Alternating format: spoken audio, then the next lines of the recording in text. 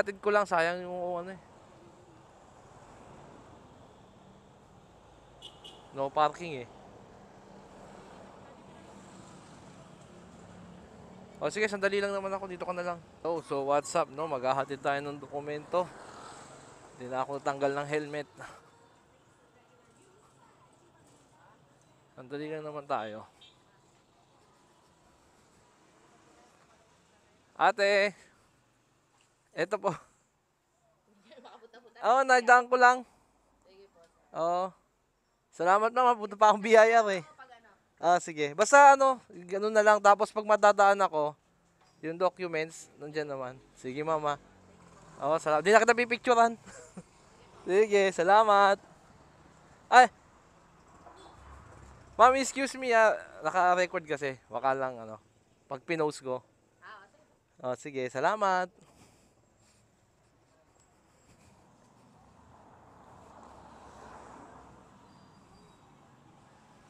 So yun, tapos na. Ay. So, punta naman kami ng 54B. Hindi ako natanggal ng helmet. Ito na lang ang ginawa nating stunt. Hello, mga ka-FBS. So, today ay tapos na ako maghatid ng dokumento. Madadaan na naman kasi Kaya ang ginawa ko, dinaan ko muna. Tapos pumunta tayo ng 54B.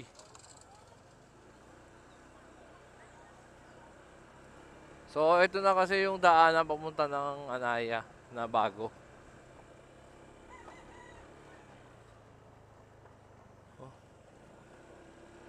So ngayon diretso tayo papunta ng 54B. Well, ang plano talaga for today's vlog ay kung makakaabot pa sa business registration, di mas better. Kaso mukhang di ata ako haabot. Marami kasi ako lakad doon, COR update, new business registration, at saka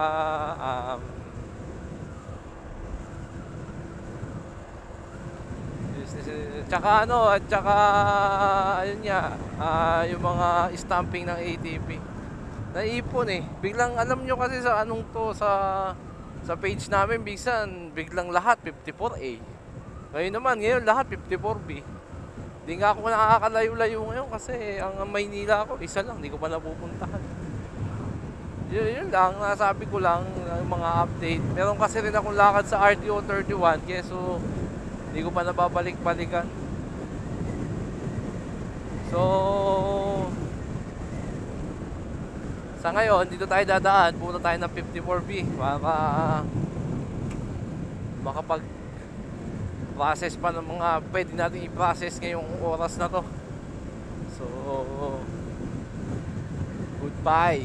Mamaya na lang uli. Update ko kayo. Maraming salamat. Naayos na rin yung kalsada rito sa 54B. Ano to bako-bako to nung nakaraan ngayon medyo pantay na. Ay, pantay na talaga pala. Hindi yata nakurakot ang pera nito. Ayan, may mga bako-bako pa rin. Ito yung sinasabi ko, hindi pa nila nalalagyan. Ayun,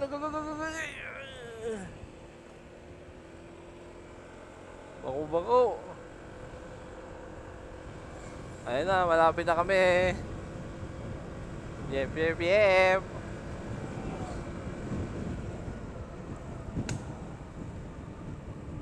May mga may mga tinipid pa pala.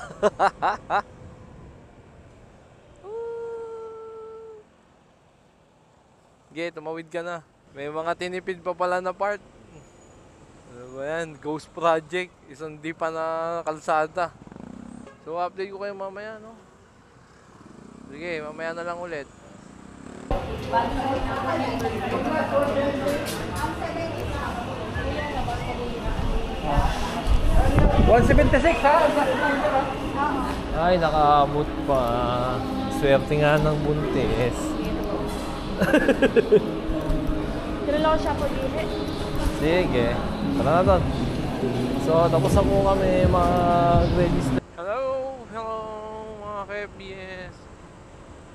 So, for today, update. So,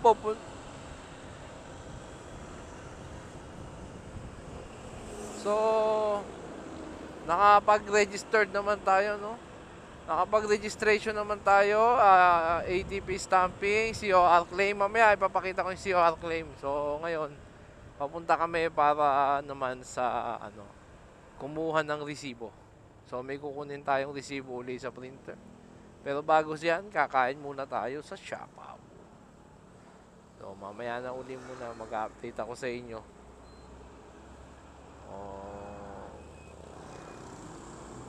Babots. No, sa today September ano ba ngayon? September 4.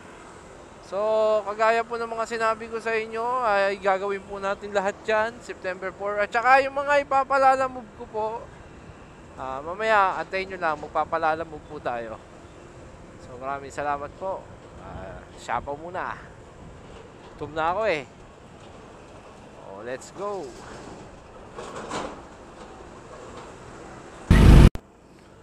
So, nagsa kami sa Siapaw. Punta na kami dun sa pick up ng resibo. Okay na daw yung resibo eh. So, pipick upin lang natin yung resibo na tapos na for today's vlog. So, nandito kami sa may ano ba yung lugar to? Imus? Alam po, Imus pa to eh. Nakalapasan namin ng Siapaw. So, ngayon, pupunta kami doon sa printer namin para kunin na yung mga resibo. So, kasi kami, ang agreement namin dyan sa printer na yan, kami yung nagpipick up ng resibo.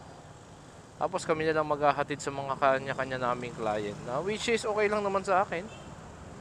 Mahilig naman akong gumala, so walang problema. Mahilig akong mag-ride.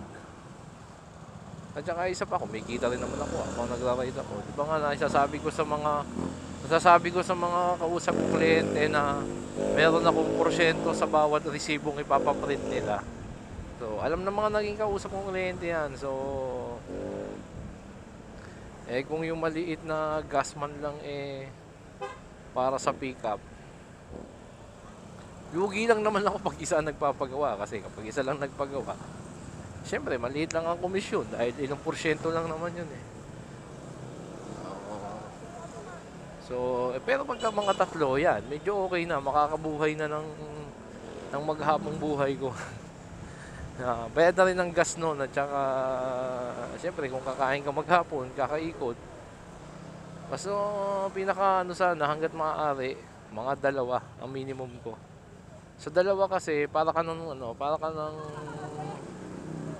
ng sumweldo ng minimum kung sa 2 resibo. Parang na ako nag minimum ng Cavite. So, ganun lang kaliit ang aming porsyento sa printer kapag yung minimum booklet lang ang kinuha ng client. So, syempre tumataas yun. Pag tumataas din yung booklet.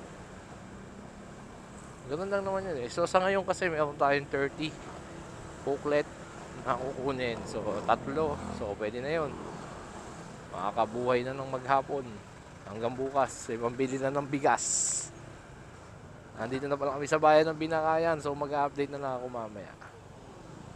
Baboots. Mamaya na lang ulit. So, hello! Ayan, nakuha na namin yung mga resibo. So, ngayon, yung iba, ipapalalamove na lang natin dito sa may Shell kasi medyo may kalayuan din kasi yung kausap namin. So, ito yung mga resibo. Ayan, kikita nyo, baka ma-aksidente ako. Yung iba, dito naman tayo, yung mga kasi may mga nakausap tayo na alam mo niya, yung mga hindi na kayang, kasi mangyayari kapag pinuntahan ko sila, mag-i-split yung pupuntahan namin, mapapalayo pa kami. So, yung mga nasa left side, yun na lang yung ipapalalamove natin, yung mga client na sa left side. Dito sa left side ng Bacoor. So, pupuntahan ko naman kayo eventually. Gano'n lang ako kasi may kausap na ako dito sa right side. So, mamaya na lang tayo mag-update ulit. At naku, sobrang traffic. Doon sa Shell sa dulo, yun na pupuntahan natin. So, ito na po yung ating mga ipapalalamog, no? So, unahin na po natin si Ma'am. Ito po si AGB Online Shop. Ma'am Angel. Ma'am Angel, ito na po yung papers ninyo. So, ang papers ninyo is consist of ATP po. Ito. ATP. Yung mga na-file po natin, 1701Q. q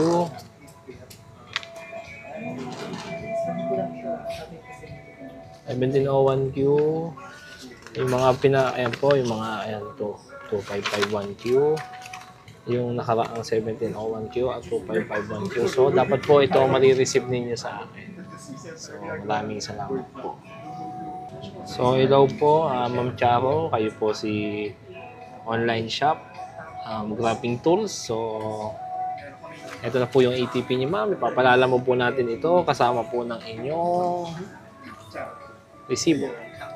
So, antayin nyo lang po at darating po sila sa inyo dyan, ma'am. Bali, since kasama naman ito sa trabaho dapat namin, i-receive nyo lang po. Ako na po ang magbabayad noong lalamog price po. Maraming salamat. So, yun nga, paalis na kami ng Shell. Nakapagpa-deliver na kami sa Lalamove. So, for today's vlog, kami ay pauwi na sa aming bahay after naming ma-deliver tong mga natirap ang resibo. So, papasok na kami ng aming shortcut sa Imus.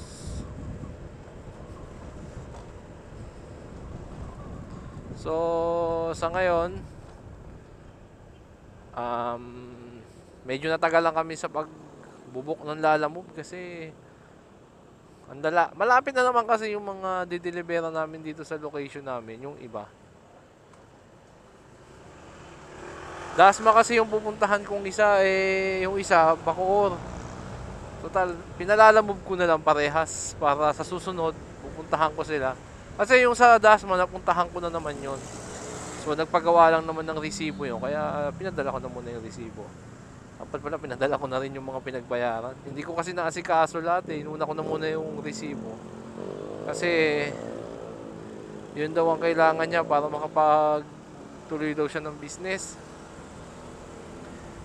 Tapos, yung doon naman sa Bacoor is hindi ko na pinuntahan kasi baka madaanan ko yun sa susunod na linggo. Daanan ko na lang siya para dun sa explanation. At saka magche-check din ako ng books niya. So, pag nadaanan ko kasi di ko rin alam yung lugar kung nasaan siya. Okay, so ngayon shortcut tayo dito sa may Imus. Imus na kasi ito eh. Yan.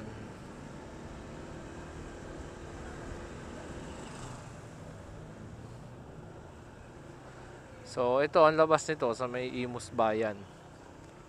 So, ano lang tayo. Basta mamaya mag-update ako sa inyo. Doon na natin tapusin yung video. Mabiyahe lang muna kami pauwi. Deliver lang namin tong isa.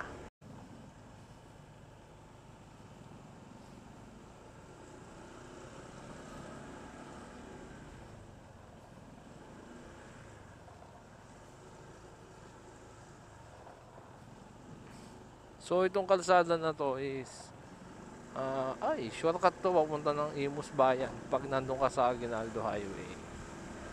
So, kung sakaling naiinis ka sa Aguinaldo Highway, pwede kang dumaan dito. Lalo na pagka gantong oras na. No?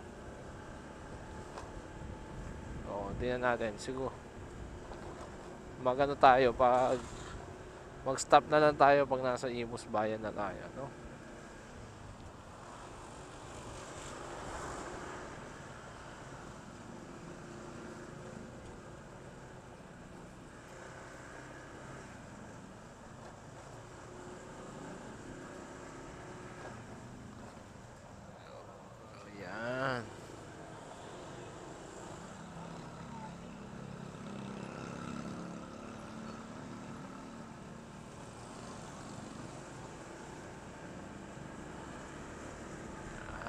Ano lang dito talaga, masikip.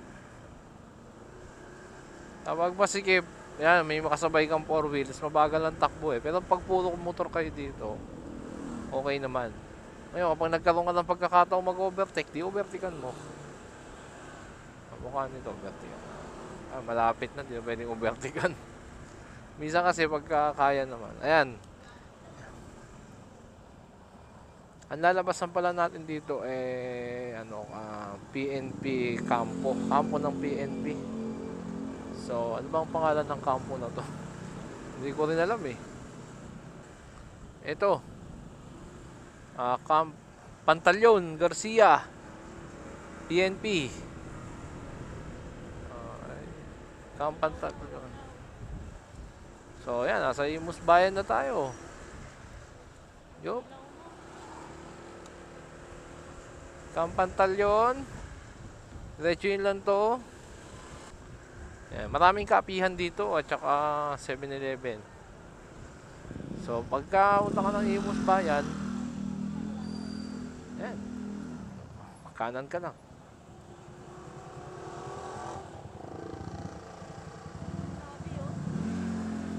Ay, oo, ang cute ah.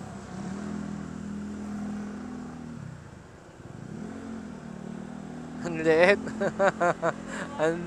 Ang liit ng Honda Navi talaga. Alam mo na. Nasa Imus Bayan na. So, update ko kayo mamaya kung ano na pag-usapan namin ng client. Nasa bayan na tayo ng Imus.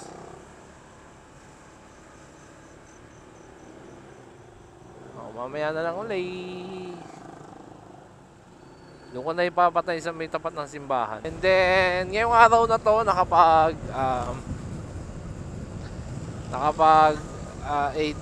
tayo business registration, ATP stamping, tapos nakapag-deliver tayo ng resibo.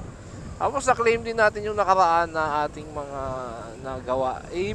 Ipapalas ko na lang sa screen yung mga achievements natin for today's vlog. So, napapansin nyo, tinatakpan natin yung mga identity ng bawat tao.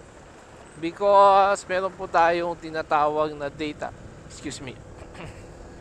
Meron po tayong Data Privacy Act. So, hindi po pwede na makita ang mga pangalan nila. Bagkos ay maglalagay na kami ng konti, katulad ng mga konting business trade name nila. At saka kung kailan date sila na-release at syempre kung ilang resibo yung mga kung anong resibo ang kinuha nila sa amin. So yung mga ganung bagay is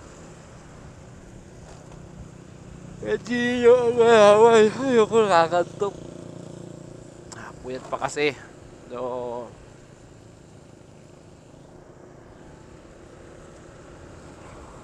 dito tayo magtatapos ng ating video sa River Park sa Future SM General Trias, Cavite na mas malaki pa daw sa Tansa. Well, sabi nila. So, sa ngayon, maluwag na ang aming mga compartment dahil nga nakapaghatid na kami ng papers at ipapakita namin dyan, ipa-flash namin sa screen ang mga nabigyan naming kliyente kung sino-sino sila kung sakali pero na-report ko na yan kanina in my previous video, pero para makita nyo yung mga documents na naihatid at saka mga resibong nagamit, so ang mga resibong naidala na at yung mga resibong nasa akin pa, ipa-flash natin yan sa screen. So kung meron din po kayong problema sa inyong mga business registration kagaya nila, so ang gawin lang po ninyo ay kontakin nyo lang po ang aming page. So eto na ang pinakamalupit kong outro. Let's go. Kung sa mga may kailangan po sa atin na business registration, business related problem, pwede nyo po akong kontakin sa number na yan or i-message nyo po ako sa ating Facebook page na Bilisa Bookkeeping Services. At lagi naman po akong handang sumagot basta ako po ay gising. Minsan kasi tulog ako, di ako nakakasagot. Para po sa mga content like this, paki-follow po at paki-subscribe ang ating Facebook at ang ating YouTube channel. Maraming salamat po. At lagi ko pong sinasabi sa inyo na mag-ingat, mamanalangin bago magmaneho. Pray before you drive. This is Brian signing off. Maraming salamat po. Babuts!